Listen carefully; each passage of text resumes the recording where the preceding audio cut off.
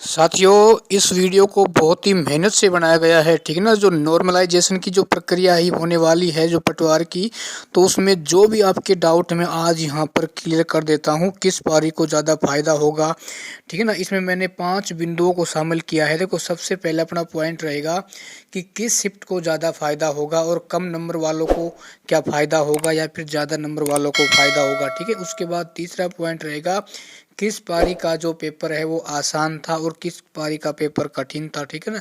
क्या इसको दोनों को फ़ायदा मिलेगा या फिर एक को फ़ायदा मिलेगा ना।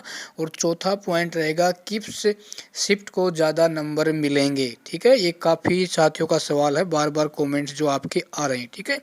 उसके बाद है साथियों कि भाई जिसके ज़्यादा नेगेटिव मार्किंग जो नंबर हैं वो कट रहे हैं तो क्या उनको फ़ायदा होगा या जिसने कम क्वेश्चन किए हैं उनको फ़ायदा होगा, ठीक है ना। तो साथियों, इन 5 बिंदुओं पर बात करने से पहले छोटा सा निवेदन, चैनल अच्छा लगे तभी सब्सक्राइब करना, ठीक है ना। और घंटी वाली बटन को दबाना, ठीक है। नहीं, पहले करने की आवश्यकता है नहीं। देखो साथियों, सबसे पहले अपन यहाँ बात कर लेते हैं कि किस शिफ्ट को ज़्यादा फायदा होगा नॉर्मलाइजेशन से।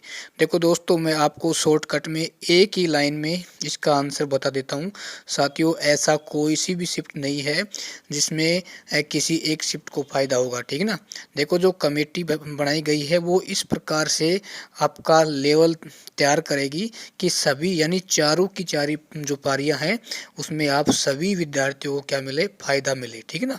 यानी आपके अधिकारों का हनन बिल्कुल भी नहीं किया जाएगा, ठीक है। उसके बाद आपका अगला पॉइंट आता है कि भाई कम नंबर वालों को क्या फ़ायदा होगा या नहीं होगा।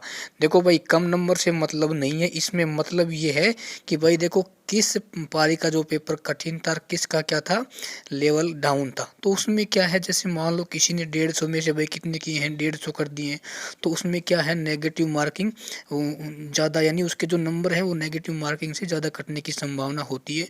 तो वहाँ पर जिसने ज़्यादा क्वेश्चन किए हैं उसके ज़्यादा गलत आ रहे हैं, तो वहाँ उसको कुछ नुकसान हो सकता है। जैसे मान लो किसी ने भाई 150 में से, एक उदाहरण के तौर पर, ठीक है ना, कि आपने 120 किए हैं, ठीक है, और बाकी कुछ क्वेश्चन आपने छोड़ दिए, तो जिसने कम किए हैं, जिसके नेगेटिव मार्किंग से कम नंबर कट रहे हैं ना, तो उसको इसका फ़ायदा ज़्यादा हो जाएगा, ठीक है।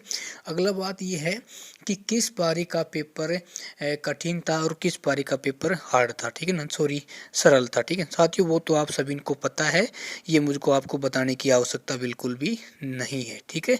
देखो, यदि ऐसा नहीं होता कि भाई सभी पारियों का पेपर एक समान होता तो फिर नॉर्मलाइजेशन की बात आती नहीं है ना। आपका परिणाम है अब तक कब का जारी कर दिया जाता और आपको डॉक्यूमेंट वेरिफिकेशन के लिए भी बुला लिया जाता, ठीक है। अच्छा, अब साथियों अपन यहाँ बात कर लेते हैं किस शिफ्ट को ज़्यादा नंबर मिलेंगे।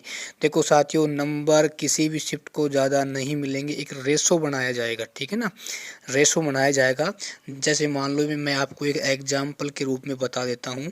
जैसे मान लो 23 की जो फर्स्ट पारी है और सेकंड पारी मान लो क्या था, इसका पेपर सरल आया था ना, उदाहरण के तौर पे। और 24 का दोनों पारी वो कैसा था, कुछ का कठिन था। तो उसमें क्या था, जो पहले 23 की दोनों पारियों में मान लो कि भाई 70% स्टूडेंट पास हो रहे थे, ठीक है ना, और उस 24 वाली में कितने हो रहे थे, 30% हो रहे थे। तो उसको इस प्रकार किया जाएगा कि भाई 23 वाली में भी 50 कोई परसेंट को लिया जाएगा और 24 वाले में भी 50% को ही लिया जाएगा, ठीक है ना। और जो कमेटी किस प्रकार फैसला लेती वो अपने उसके अकॉर्डिंग है, ठीक है ना, क्योंकि सेंटर में तो इसी प्रकार से लिया जाता है, ठीक है ना। कोई भी भर्ती होती तो उसमें नॉर्मलाइजेशन करवाते हैं तब, ठीक है। उसके बाद साथियों अगला क्वेश्चन आता है कि भाई जिसने नेगेटिव मार्किंग से जिसको ज़्यादा नंबर कट रहे हैं ना, उसको साथियों यहाँ नॉर्मलाइजेशन में नुकसान उठाना पड़ सकता है, ठीक है। मैंने आपको पहले बताया है, जैसे मान लो आपने 150 में से 150 क्वेश्चन को क्या कर दिया भाई, आप बिल्कुल टिक करके आए हो। 150 में से आपके मान लो भाई 100 क्वेश्चन राइट हैं, है ना, और 50 क्या है गलत। तो यहाँ पर इसका नुकसान इसको उठाना पड़ सकता है। लेकिन एक कैंडिडेट जो 100 में से भाई सॉरी 150 में से 120 किए हैं, ठीक है ना, और मान लो 15 क्वेश्चन उसने छोड़ दिए हैं और उसके 10-20 क्या हो जाते हैं, गलत हो जाते हैं, तो इस कैंडिडेट को नॉर्मलाइजेशन का फ़ायदा ज़्यादा मिल जाएगा, ठीक है ना। तो इस प्रकार से होने वाला है। और भी आपके यदि कोई डाउट है तो आप बिल्कुल कमेंट्स कर सकते हो और मैंने व्हाट्सएप ग्रुप बना बनाया हुआ है राजस्थान पटवारी का, तो आप ग्रुप से जुड़ सकते हैं। और अच्छा लगे तो चैनल को सब्सक्राइब करना। और मैं आपकी एक कट ऑफ लेकर आ रहा हूँ कि भाई नॉर्मलाइजेशन के बाद क्या कट ऑफ हो सकती है, ठीक है ना। तो धन्यवाद।